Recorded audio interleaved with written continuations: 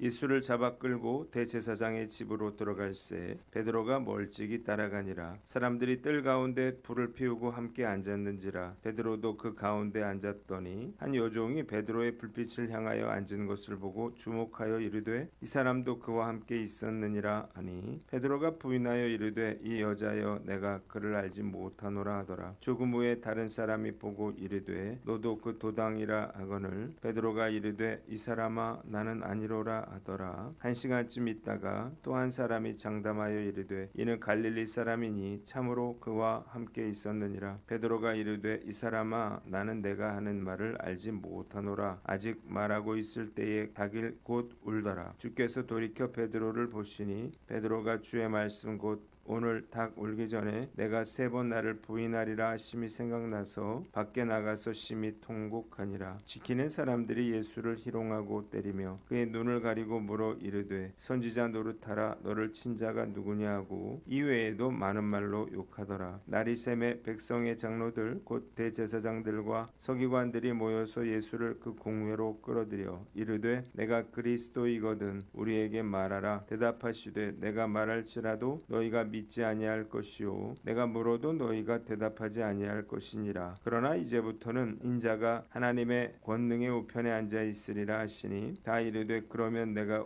하나님의 아들이냐. 대답하시되 너희들이 내가 그라고 말하고 있느니라. 그들이 이르되 어찌 더 증거를 요구하리요 우리가 친히 그 입에서 들었노라 하더라. 아멘. 오늘은 누가복음 22장 말씀을 가지고 배신과 조롱과 의심을 넘어라고 하는 제목으로 묵상 나눔하도록 하겠습니다. 먼저 54절로 62절인데 베드로가 예수님을 부인한 사건에 대해서 나와 있습니다. 무리들이 예수를 끌고 대제사장의 집으로 갔습니다. 베드로가 사람들과 함께 불을 쬐고 있는데 한 여종이 베드로를 보고 이 사람도 예수와 함께 있었다 말을 했어요. 그러자 그는 모른다 부인했습니다. 다른 사람이 또 당신도 그들과 한패라고 하자 아니라고 부인을 했고 또 다른 사람이 이 사람은 갈릴리 사람이니 참으로 그와 함께 있었다라고 말하자 나는 당신이 무슨 소리를 하는지 모르겠다면서 예수님을 부인했습니다. 이때 닭이 울었고 베드로는 닭 울기 전에 내가 나를 3번 부인하리라 하신 주님의 말씀이 생각나서 바깥으로 나가서 울었다고 본문은 기록하고 있습니다. 본문이 우리에게 주는 교훈이 있는데 첫째로 자만하지 말라는 것입니다. 베드로는 예수님을 결코 버리지 않겠다면서 내가 주와 함께 오게도 죽는데도 가기를 준비하였나이다 라고 호언장담을 했습니다. 그러나 그의 자신 있는 태도가 무색할 정도로 너무나 쉽게 예수님을 부인하는 부끄러운 모습을 보이고 있습니다. 사실 베드로가 예수님을 부인하게 되는 상황은 결코 생명의 위협을 느낄 만큼 극한적인 상황도 아니었습니다.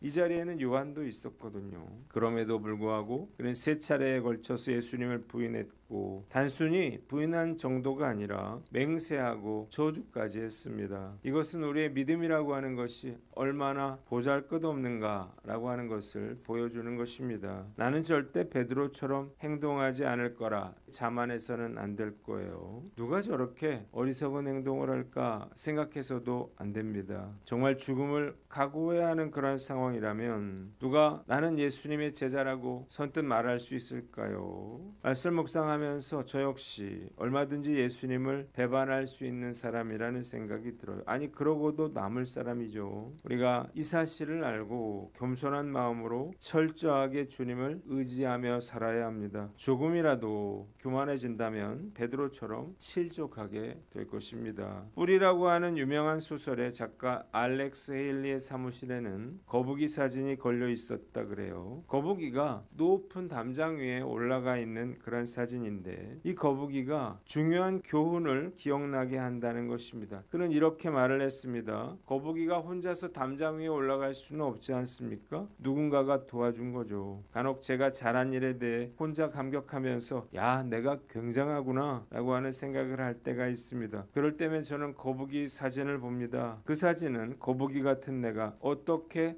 저 높은 자리에 올라가게 되었는지를 다시 가르쳐 줍니다. 이야기했습니다.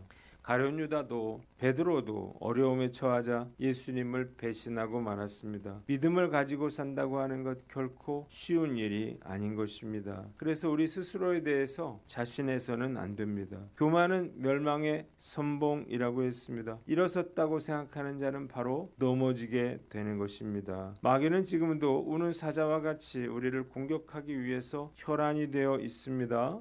어떤 순간에도 우리가 자만하지 않고 철저히 주님을 의지함으로 어떤 시험도 이겨내는 저와 여러분들 되시기를 주님의 이름으로 축원합니다. 두 번째는 주님의 사랑을 기억하고 돌이켜라는 것입니다.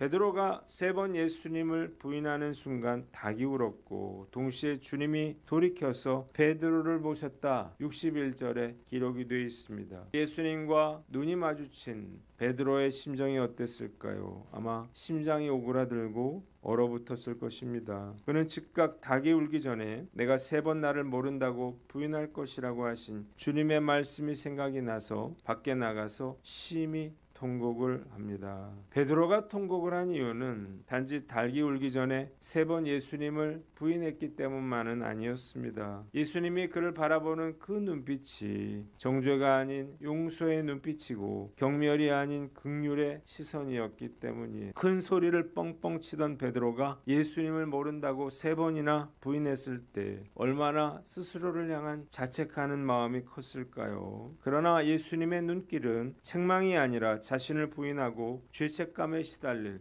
베드로를 향한 연민과 사랑의 눈길이었다는 것입니다. 그래서 베드로가 밖에 나가서 심히 통곡할 수밖에 없었던 거예요. 그러나 그 통곡은 그를 회개로 이끌었고 회개를 통해서 회복의 은혜를 경험할 수가 있었습니다. 우리가 연약함으로 인해서 잘못을 저지르거나 실수한 일이 있다 하더라도 낙심하거나 자책하지 마시기 바랍니다. 괴로울수록 혹독한 비난과 가혹한 자책에서 눈을 돌려서 자비로우신 그 주님을 바라봐야 하는 거예요. 그래야만 우리가 다시 시작할 수가 있는 것입니다. 말씀을 묵상하면서 주님께서 저에게 베풀어 주신 놀라운 사랑과 은혜가 생각이 납니다. 저같이 쓸모없는 자를 하나님의 종으로 택하여 주신 그 은혜가 감사하고 조금이라도 힘들면 안색이 변하고 믿음을 잃어버리는 저를 포기하지 않고 붙잡아 주신 그 주님의 은혜가 너무나 감사한 거예요. 지금까지 제 힘으로 해온 것은 아무것도 없었습니다. 늘 넘어질 때마다 주님께서 다시 사랑의 눈으로 저를 바라보시고 다시 시작할 수 있게 해주셨던 거예요. 오늘 말씀 앞에서 나는 어떤가 스스로를 돌아보고 실패할 때마다 그 주님의 사랑의 눈길을 기억함으로 믿음의 길을 끝까지 걸어가는 저와 여러분들 되시기를 주님의 이름으로 축원합니다. 두 번째는 63절로 65절 예수님께서 모욕당하셨다는 것입니다. 예수님을 대제사장의 집으로 잡아온 무리들이 가장 먼저 한 일은 예수님을 때리면서 조롱하는 일이었습니다. 그들은 예수님의 눈을 가리고 예수님의 머리를 때리면서 내가 진짜 선지자라면 때린 사람이 누구인지 맞춰보라면서 온갖 말로 예수님을 조롱하고 욕설을 퍼부었습니다. 대체 이들이 왜 이런 일을 저질렀을까요? 예수님께서 자신을 방어하지 않으신다는 사실을 알았기 때문이에요. 지금까지 사람들은 예수께서 행하신 이적을 보고 경외심을 가지고 예수님을 대했고 그 앞에 머리를 숙였어요. 하지만 이제 예수님이 한낱 죄수에 불과한 무방비 상태로 그들에게 맡겨지자 악한 마음이 생겨났어요. 이제 그들은 예수님을 실컷 조롱하고 짓밟아 줌으로써 그가 정말 별것이 아니라고 하는 것을 증명하려고 하는 것입니다. 한번 손찌검을 시작하자 마치 독이 터지는 것처럼 계속해서 예수님을 때리고 조롱했으며 심한 욕지거리를 퍼부었습니다. 그들은 예수님의 인격을 짓밟으면서 쾌감을 느꼈는데 아무런 잘못도 하지 않은 예수님을 때리고 희롱했습니다. 본문이 우리에게 주는 교훈이 있는데 내 안에 악한 본성이 있음을 알고 경건을 연습하라는 것입니다. 우리는 이 장면을 통해서 우리 안에 숨겨진 악에 대해서 생각하게 됩니다. 왜 남편이 아내를 때릴까요? 자신보다 더 약한 존재라고 하는 사실을 알게 됐기 때문이에요. 그래서 한번 남편이 아내를 때리기 시작하면 계속해서 때리는 것입니다. 때릴 때마다 자신이 우월하다는 사실을 확인하는 거예요. 사사기 15장에 보면 삼손이 붙잡혀 왔을 때 블레셋 사람들은 그의 두 눈을 뽑은 것으로도 모자라서 많은 사람들 앞에서 재주를 부리게 합니다. 그동안 자신들에게 고통을 주었던 삼손을 비참하게 해서 자기들의 손상된 자존심을 회복하려고 하는 거예요. 루시퍼 이펙트라고 하는 책에 스탠포드 교도소 실험에 대한 이야기가 나옵니다. 지금은 도저히 할 수 없는 실험이에요. 왜냐하면 인권 때문에 이런 실험을 할 수가 없죠. 스탠포드 교도소 실험은 선한 인간이 상황에 따라서 얼마나 악랄해질 수 있는가를 보여주는 그러한 실험입니다. 필립 짐바르도라고 하는 교수가 반사회적 행동 연구의 일환으로 심리학 건물 지하에 모의 교도소 실험을 계획을 했어요. 그래서 21명의 학생들을 무작위로 수감자와 교도관의 역할로 나눈 다음에 여기에 새로운 역할에 적응하면서 어떤 심리 변화를 겪는가를 살펴보자는 것이 실험의 본래 취지였습니다. 그런데 이 실험은 누구도 상상하지 못한 방향으로 흘러갔습니다. 이 학생들은 전혀 교도소 경험이 없었음에도 불구하고 진짜 수감자와 교도관처럼 행동하기 시작했습니다. 특히 교도관 역할을 맡은 학생들은 누가 시키지도 않았는데 수감자들을 가학적으로 대했고 방법도 창의적으로 악랄하게 발전시켰습니다. 점호 시간마다 새로운 방법을 도입해서 수감자들에게 벌을 주고 조금이라도 반항하면 독방에 감금했고 성적인 수치심마저 갖게 하는 가학적 행위까지 서슴지 않았습니다. 수감자 역할을 맡았던 학생들도 역시 신경쇠약 증세를 보이고 탈주 계획을 모의하는 등 진짜 수감자와 다름없는 모습을 보였어요. 시간이 지날수록 교도관의 가학행위가 극에 달하고 수감자들의 정신쇠약 증세가 심해지면서 포기하는 사람들이 속출하자 2주간 계속될 예정이었던 실험은 결국 일주일도 안 돼서 중단되고 말았습니다. 이 실험은 상황에 따라서 인간의 본성이 얼마나 악해질 수 있는가를 잘 보여주는 실험이었습니다. 우크라이나와 팔레스틴에서 저질러진 강간과 살해 사건은 이를 잘 보여주죠. 우리의 내면에 이와 같이 악한 마음이 있다는 사실을 깨달으시기를 바랍니다. 어떻게 그럴 수 있는가 말해서는 안 되는 거예요. 만일 우리가 그런 상황에 처하게 된다면 더 악한 일도 저지를 수가 있는 것입니다. 인간의 죄성을 너무나 잘 알고 있는 저는 하나님께 이런 절박한 상황에 처하지 않게 해달라고 기도하고 있습니다. 오늘 말씀 앞에서 나는 어떤가 스스로를 돌아봐야겠죠. 강자에게 약하고 약자에게 강한 비굴한 자가 되지 않도록 늘 깨어 있어야 하는 것입니다. 방법은요, 말씀과 기도로 성령 충만해지는 것밖에 없습니다. 내 안에 잠든 악한 본성이 깨어나지 않도록 늘 경건을 연습하며 살아가는 저와 여러분들 되시기를 주님의 이름으로 축원합니다. 마지막으로 예수께서 모욕당하셨다는 것입니다. 예수님을 불법으로 체포한 자들은 아침이 되자 예수님을 대제사장이었던 가야바의 집으로 끌고 갔습니다. 그곳에는 이미 사내들인 공회가 소집이 되어 있었습니다. 예수께서 침묵하시자 대제사장이 직접 예수께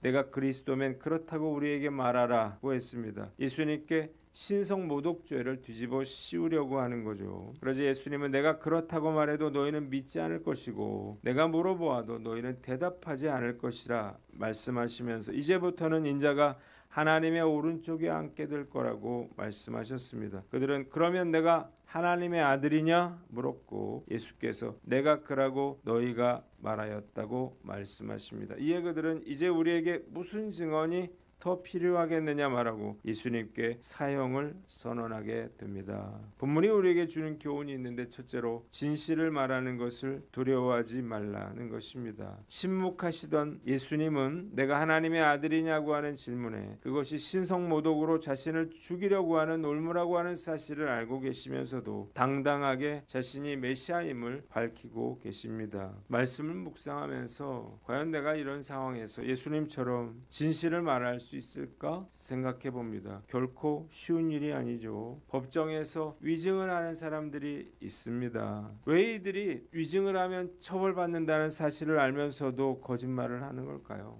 여기서 인정하면 그 모든 책임이 자기에게 돌아올 것을 두려워하기 때문이에요. 지금까지 진실하게 정직하게 솔직하게 살려고 노력을 많이 해왔는데 돌이켜보면 진실하지 못했을 때도 많이 있었습니다. 오늘 말씀 앞에서 나는 어떤가 어딘가 스스로를 돌아보고 불의에는 침묵하면서 나의 이익에는 큰 소리를 내는 그런 비겁한 자는 아니었는지요. 손해를 보고 불이익을 받더라도 용기 있게 진실을 말하는 저와 여러분들 되시기를 바랍니다. 마지막으로 깨달았다면 돌이켜라는 거예요. 왜 유대 종교 지도자들은 그토록 예수님을 죽이려고 혈안이 되어 있을까요?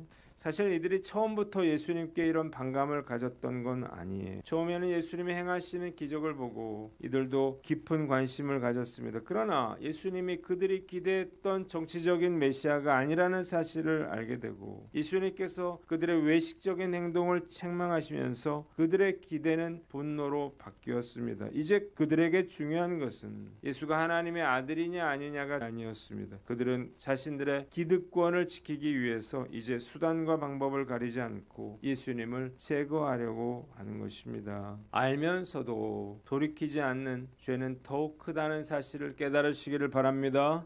그리고 그 죄는 결국 우리 자신에게 화로 돌아오게 되는 것입니다. 신앙생활을 하시면서도 어딘가 모르게 어둡고 기쁨을 잃어버린 분들이 있는데 이유가 뭔가요? 죄를 품고 있기 때문이에요. 죄를 지으면 구원과 그 기쁨의 감격을 잃어버리게 됩니다. 반복적인 성범죄로 인해서 고통받고 죄책감 속에 살아가는 남자 성도들이 있습니다. 정말 괴로울 거예요. 하나님과의 관계가 소원해지고 영적인 기쁨과 능력이 메말라가기 때문입니다. 깨달았다면 돌이켜야 하는 거예요. 오늘 말씀 앞에서 깨달아지는 그런 죄가 있다면 그때그때 회개하고 돌이키시는 저와 여러분들 되시기를 주님의 이름으로 축원합니다. 기도하겠습니다. 하나님 아버지, 우리가 자만하지 않고 주님의 사랑을 기억하며 돌이키고 경건을 연습하고 진실을 말하는 것을 두려워하지 않게 하여 주시옵소서.